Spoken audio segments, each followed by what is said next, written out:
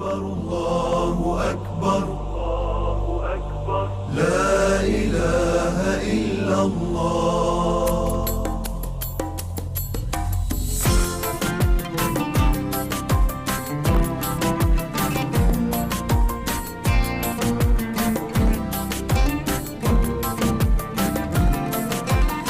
ذا هلال العيد هل بالبشارة قد أطل. Kemudian kita tak ada padang mahsyar. Padang mahsyar pula. Padang apa? Padang Arafah. Padang mahsyar tu bila? Nasib baik tahu. Nasib baik tahu. Nasib baik tak bertukar. Kerana padang Arafah itu adalah padang yang mana tempat berkumpulnya orang haji, memberikan gambaran kepada mahsyar, ataupun kita kata padang mahsyar. Jadi kita tak ada mahsyar Arafah. Jadi kita berkumpul di masjid. Bila? Pada pagi hari raya, untuk menunaikan solat hari raya. Jangan lupa kepada semua, pergilah solat hari raya. Kamu ni tak apa, sebab kamu masih lagi kanak-kanak lagi, bukan dewasa lagi. Kenapa? Kerana kamu tidak dituntut untuk melakukan ibadat korban. Orang macam saya ni, macam cikgu-cikgu ni, dituntut untuk melakukan ibadat korban kerana cikgu-cikgu ni mampu. Jadi yang kamu dituntut pergi sembahyang saja.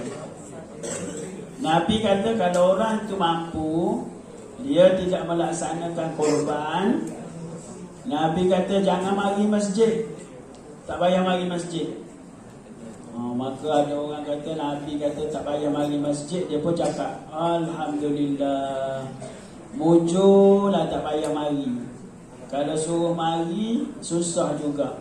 Dia tak tahu bahawa itu adalah menggambarkan Nabi dimarah kepada orang yang ada kemampuan tapi dia tidak mahu melaksanakan ibadat korban. Macam saya, macam cikgu-cikgu ni, dikira orang yang mampu.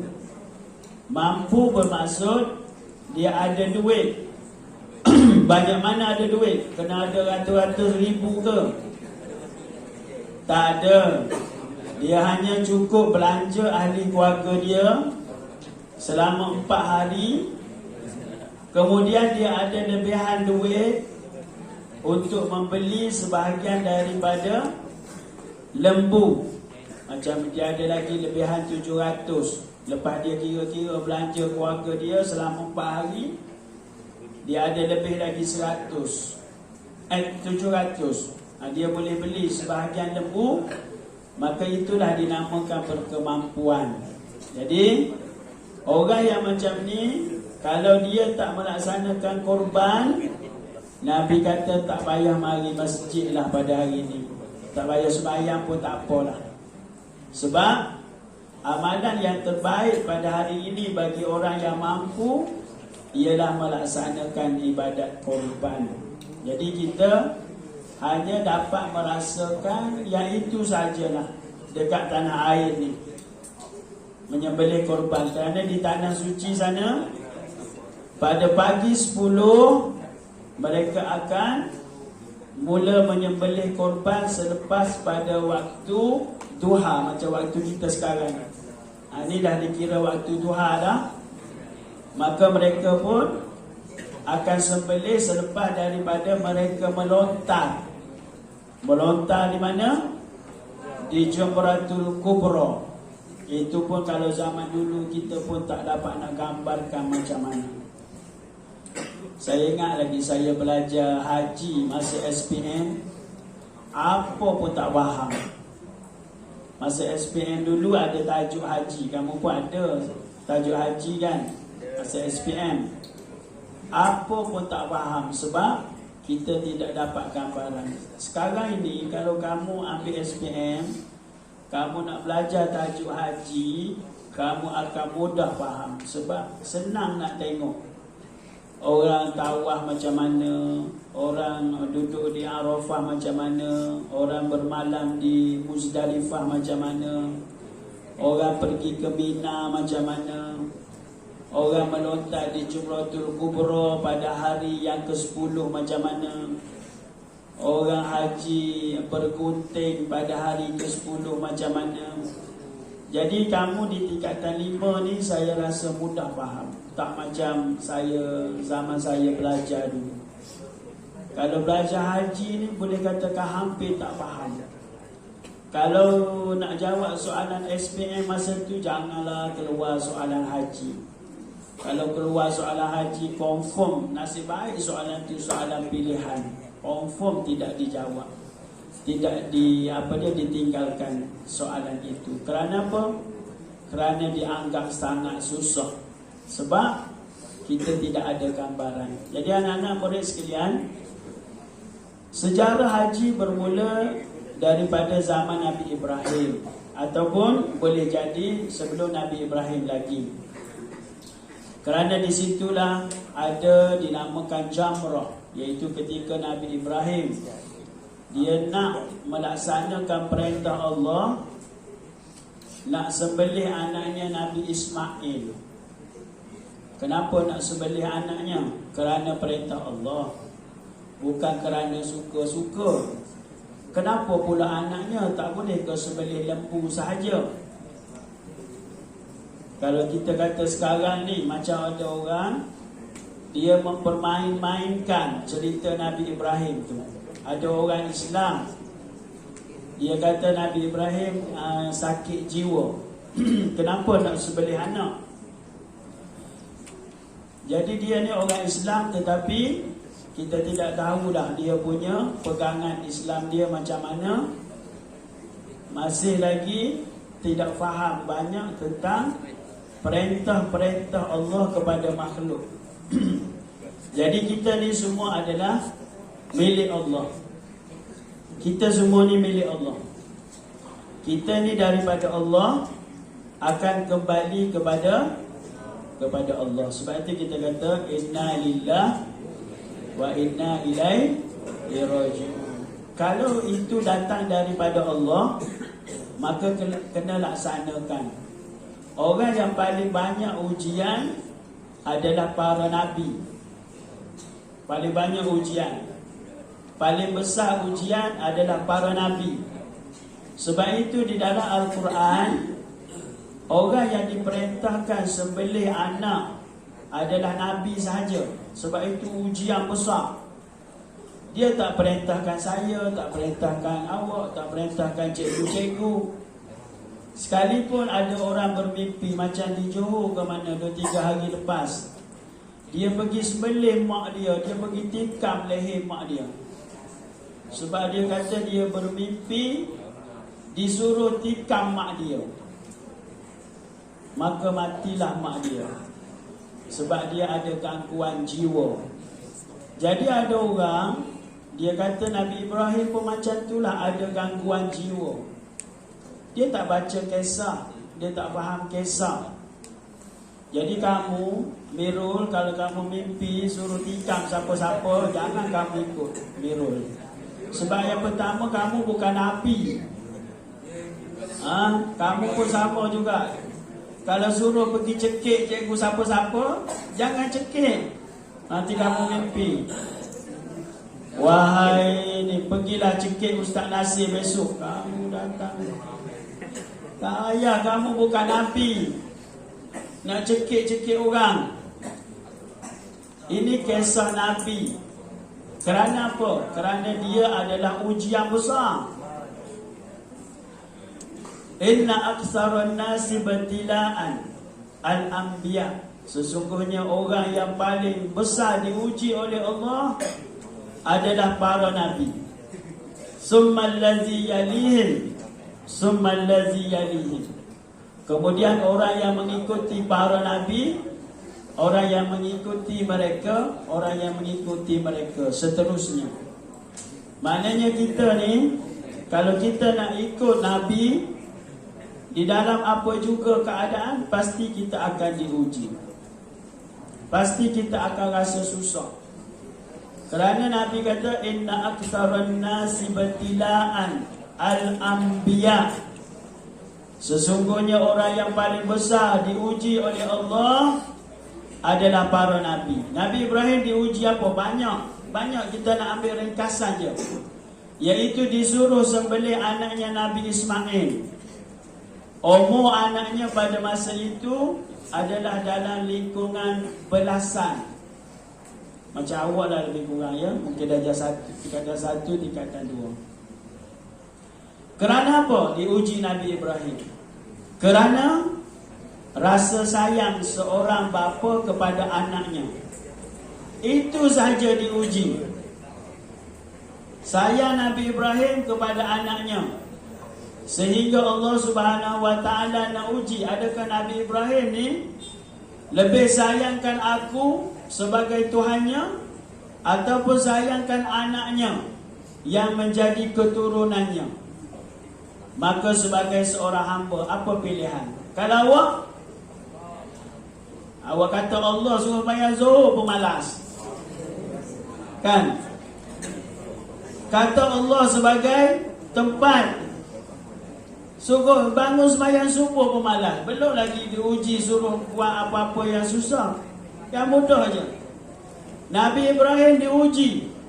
Mula-mula bermimpi Nabi Ibrahim pada hari yang ke-8. Macam kita ni hari ni lah. Sebab itu dinamakan hari ni hari Tarwiyah. Kerana Nabi Ibrahim masih berfikir, adakah benar mimpiku ini? Ataupun bagaimana melaksanakan perintah Allah. Kemudian pada hari kedua Nabi Ibrahim bermimpi, dinamakan Arafah. Arafah bermakna Nabi Ibrahim benar-benar mengetahui bahawa ini adalah perintah Allah. Maka dibawanya anaknya. Pada masa itu mak dia, iaitu Sayyidatina Hajar, iaitu mak kepada Nabi Ismail, bertanya apakah yang nak dilakukan. Kalaulah itu perintah Allah, maka Allah tidak akan membiarkan. Maksudnya perintah Allah itu laksanakan, mesti Allah akan tolong. Sebab itu kalau kita buat apa yang Allah suruh, maka buatlah, pasti Allah akan tolong kita. Yang penting kita perbetulkan amalan kita. Pasti Allah Subhanahu Wa Taala akan tolong kita. Kerana itu adalah janji Allah Subhanahu Wa Taala. Ya. Kita buatlah amalan-amalan kebaikan sepanjang usia kita, ya. Awak ni seanak murid, duduk dekat sekolah, mudah untuk melaksanakan perintah Allah, maka apalah alasan kamu untuk tidak solat? Bila saya panggil pergi solat, saya sedih sungguh tengok pelajar perempuan sikit sangat. Ada je alasan dia. Kalau pergi solat, kalau ada 15 pelajar perempuan, adalah 3 orang yang datang solat, yang lain tu ghaib dah. Kemana perginya? Yang lelaki boleh tahan lagi. Kalau ada 15, adalah 13 orang. 2 orang lagi tu mungkin dia datang haid juga. 2 orang, 13. Tapi boleh tahan lagi. Berbanding dengan murid perempuan. Murid perempuan ni tak tahulah dia punya alasan dia. Ustazah kena tengoklah dia, buatlah. Tak tahu. Sebab apa alasan kita? Sedang Nabi Ibrahim diperintahkan oleh Allah untuk sembelih anaknya, dia pun tunaikan. Tapi itulah yang disebut innallaha la yukhzik. Sesungguhnya Allah tidak akan membiarkanmu. Maka benar-benar Nabi Ibrahim menyembelih anaknya. Ya, betul, bukan main-main. Kenapa? Kerana ujian kasih sayang tadi. Itu saja ujian dia, kasih sayang. engkau ni sayang ke aku ke sayang ke anakmu? Allah tanya Nabi Ibrahim dari segi tersiratnya. Jadi kita sebagai hamba sebetulnya tak ada pilihan. Cuma oleh kerana kita ni bukan Nabi, kita manusia biasa, maka ujian itu ringan, taklah macam mereka. Kalau datang sedikit ujian, suruh kita belanja sikit je ujian kita. Macam kamu lagi lah, macam tak ada ujian langsung pun, hanya ujian bulanan aja. Kan? Ujian ni pertengahan tahun sikit lagi, tak ada ujian pun. Suruh baca buku je ujiannya, itu pun tak boleh dah. Kalau suruh sembelih anak memang langsung lah tak boleh. Tapi janganlah sembelih, ni cerita saja. Sebab kita bukan Nabi, kita tidak diuji dengan kemuncak ujian. Ibu dan ayah sayang pada anak ni, kalau boleh dia nak bagi nyawa dia kepada anak. Ada seorang yang saya kenal sekarang, orangnya dah tua dah, anaknya pun dah tua juga. Orangnya dalam dekat 70, anaknya dalam 50-an. Dia kena kanser hati kalau tak silap saya. Doktor dah cakap dah, ni dah tak ada harapan dah, kena buat balik dah. Maksudnya ibu ni ayah dia dah tak ada dah. Biasanya ayah ni memang mati dululah, biasa ayah tu tak ada. Kebanyakannya begitulah, orang lelaki ni pendek umur dia sebab banyak masalah. Sebab tu dia kena stroke lah, dia kena sakit jantung lah. Betul tak Sob? Betul. Sebab itu kadar hayat orang lelaki di Malaysia lebih rendah daripada orang perempuan. Itu kenyataan tu. Jadi ibu tadi, walaupun doktor kata dah tak ada harapan dah, dia tetap nak cuba juga ubat anaknya. Seolah-olah kalau dia boleh bagi dua nyawa dia, separuh dia bagi anak dia, separuh untuk dia, mesti dia akan buat. Begitulah kasih sayang ibu dan ayah kepada anaknya. Namun kasih sayang anak kepada ibu belum tentu lagi. Bak kata patah itu mak kilau. Itu mak kilau panggil penuh panggung. Mak Bilal panggil 10 orang je datang. Kononnya semangat. Cuma yang tu namanya Mak Bilal. Allahu Akbar, Allahu Akbar. Buat tak dengar je. Sebab itu Mak Bilal, tak glamour. Tapi Mak Kilau glamour. Bukan Mak Kilaunya glamour, pelakonnya tu yang glamour. Sebab tu penuh panggung. Cuba kalau saya yang berlakon Mak Kilau, bankrupt panggung, tak ada siapa nak pergi tengok. Kalau Cikgu Usop yang berlakon mungkinlah ramai sikit. Kalau heroinnya Cikgu siapa ya? Cikgu Nurmi, penuh panggung. Ini Mak Kilau penuh panggung. Mak Bilal, aduh, pecah tekak. 12 orang je datang. Tak payah tiket pun, free. Siapa yang saya sebut tadi? Aduh. Okey. Kalaulah ibu itu ada separuh nyawa, dia akan bagi pada anaknya. Anak tidak.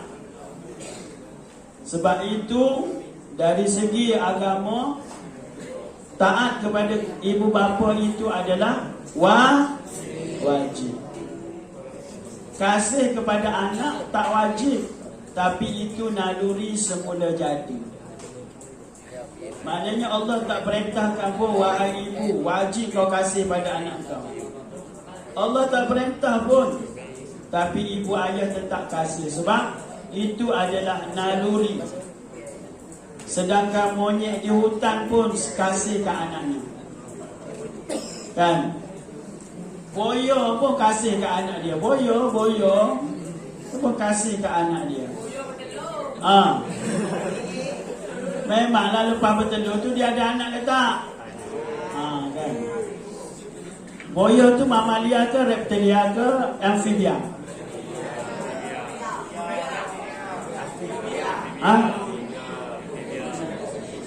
Mesti kamu tak tahu.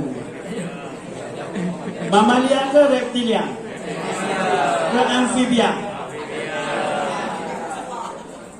Amfibia tu apa?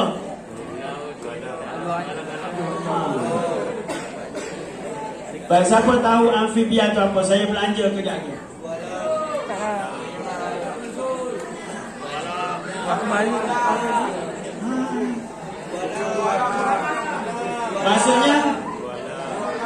Maksudnya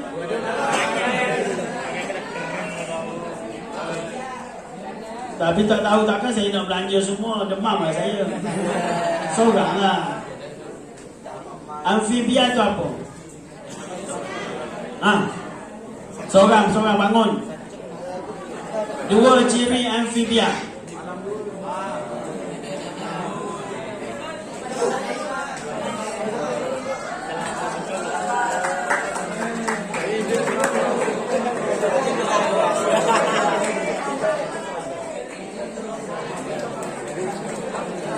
Ini kena cikgu sains jadi juri ni.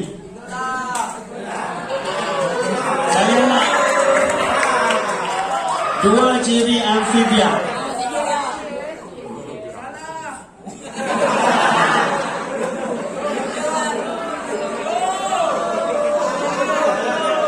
Kalau dia jawab salah, dia kata salah jadi keluar.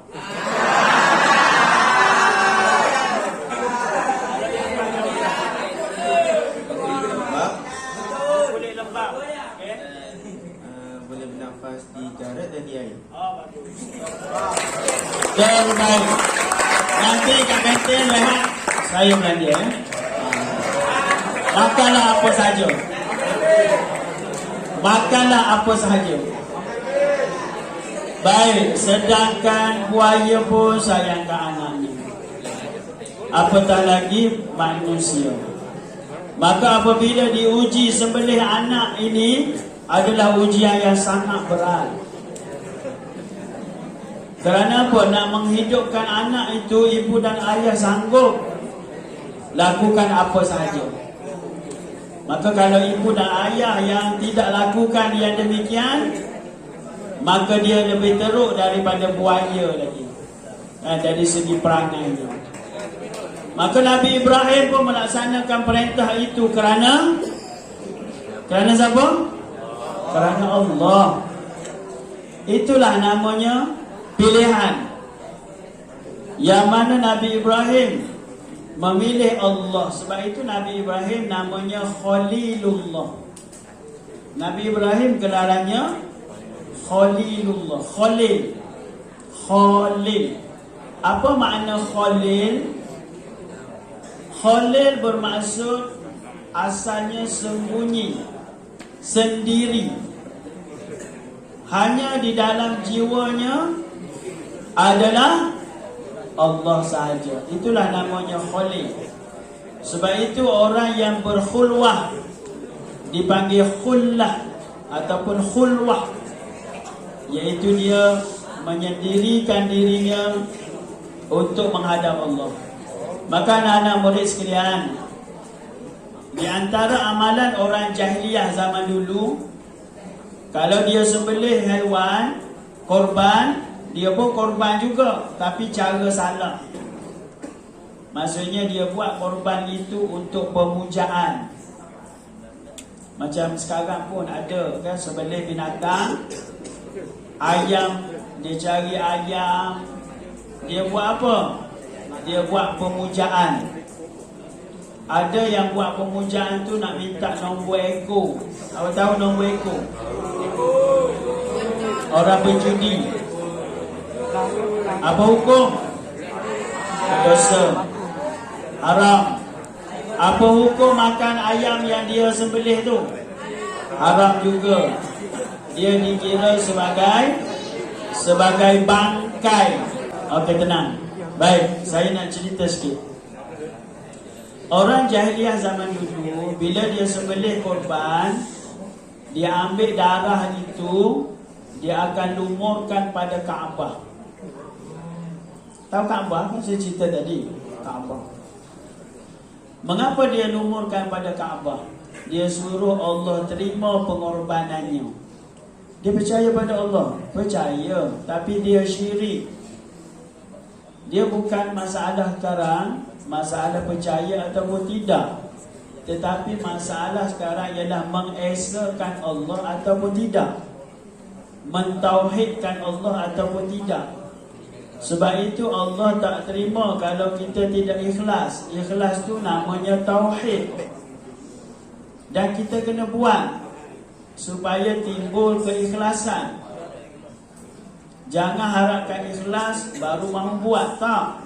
Buatlah sehingga mencapai ikhlas. Maka mereka lumurkan darah tu di Kaabah. Maka Allah turunkan ayat, lan yanalallaha luhumuha wala dima'uha. Allah tidak terima daging, tidak mencapai maksud korban itu dagingnya ataupun darahnya. Sebab itu dia letakkan darah di Kaabah. Dululah, sekarang tak ada. Dulu ni cerita ni, sebelum pensyariatan yang berlaku kepada umat Nabi Muhammad sallallahu alaihi wasallam. Mereka ambil daripada zaman Nabi Ibrahim. Jadi Allah kata, yang mencapai kepada Allah itu adalah ketakwaan, iaitu keikhlasan, betul cara bagaimana menunaikan ibadat itu. Itu yang mencapai Allah Subhanahu wa taala, iaitu mencapai keredaan Allah di dalam melakukan sesuatu ibadat. Maka dengan itu, apabila kita melakukan ibadat, caranya kena betul. Walaupun kita ikhlas, tetapi cara tidak betul, maknanya ibadah tersebut tidak cukup syarat yang namanya takwa. Ikhlas, tapi belum lagi mencapai kepada tahap takwa. Sebab apa? Takwa adalah penghujung kepada segala amalan. Sebab kalau ikhlas saja, ramai orang boleh kata ikhlas, tapi dia buat tak betul. Saya ikhlas ni minta kepada Allah, tetapi cara minta tak betul. Sebab itu tidak dinamakan takwa. Allah Subhanahu wa taala janji, wa tilkal jannah uiddat lil muttaqin. Dan syurga itu dijanjikan kepada orang bertakwa. Apabila kamu melaksanakan ibadat kurban, maka hendaklah kamu bertakwa kepada Allah. Takwa adalah buat dengan cara yang betul, bukan sekadar ikhlas. Macam itulah kamu belajar. Dengar sini. Dengar sini. Kamu disuruh ikhlas belajar, ya, tapi cara tak betul, tak berjaya juga. Kamu ni, sebahagian besar kamu ambil nota pun tak pandai lagi, tulis nota pun tak pandai. Yang pertama, nota tu bukan untuk cikgu. Nota yang kamu tulis tu untuk kamu. Maka kamu contenglah nota itu, yang penting kamu faham. Lepas tu saya heran dengan kamu ni. Nota pun kamu tak tahu apa. Nota adalah untuk kita. Bila kita belajar semula, kita boleh faham. Kita contenglah, nak conteng apa pun, asalkan jangan lukis muka cikgu Wanuro, sudahlah. Contenglah, nak conteng apa pun, asalkan faham. Itulah maknanya cara. Ikhlas. Mari sekolah ni ikhlas dah. Macam ikhlas. Sebab nak dapat pahala ni, tapi caranya pun salah. Maka bila cara tu salah, ikhlas tadi tidak mendapatkan hasil kepada amalan. Ikhlas dan cara namanya takwa.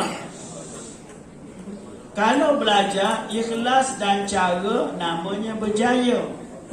Kan kita ni nak berjaya di dunia dan berjaya di akhirat. Rabbana atina fid dunya hasanah wa fil akhirati hasanah wa qina azabannar. Wahai Tuhan kami, berikanlah kami kebaikan di dunia. Kebaikan di dunia untuk kamu ialah belajar berjaya. Belajar berjaya, belajar dulu. Tak kira lah nak jadi apa pun. Akhirnya nak jadi mak kilau, silakanlah. Yang penting belajar berjaya dulu. Fid dunya hasanah wa fil akhirati hasanah wa qina azab. Jadi sekian dulu ya, pada pagi ini. Mudah-mudahan saya doakan semua yang berada di Dewan pada pagi ini mendapat limpah kurnia Allah. Cikgu-cikgu yang melaksanakan ibadat korban, mudah-mudahan Allah terima. Innama yataqabbalullahu minal muttaqin. Sesungguhnya Allah hanya menerima daripada orang yang bertakwa. Maksudnya takwa tadi ikhlas dan kena cara. Apa makna takwa? Ikhlas dan kena caranya. Mudah-mudahan anak-anak murid yang tak laksanakan korban juga janganlah mengorbankan diri dengan perkara-perkara yang tak ada faedah. Naik motor hati-hati. Jangan terkorban pada hari raya sia-sia saja. Ya, biar kita tanam tulang lembu. Jangan kita tanam kawan-kawan kita yang terkorban di pagi hari raya. Naik motor, naik kenderaan, berhati-hati. Jadi wallahu a'lam bissawab. Minta maaf kepada semua cikgu-cikgu, anak-anak murid. Ya, selamat menyambut Aidil Adha. Mudah-mudahan kita termasuk daripada orang yang jadi wallahu a'lam bissawab. Saya serahkan majlis kepada Ustaz Kamil untuk berikut. Jazakallahu khair. Assalamualaikum warahmatullahi wabarakatuh.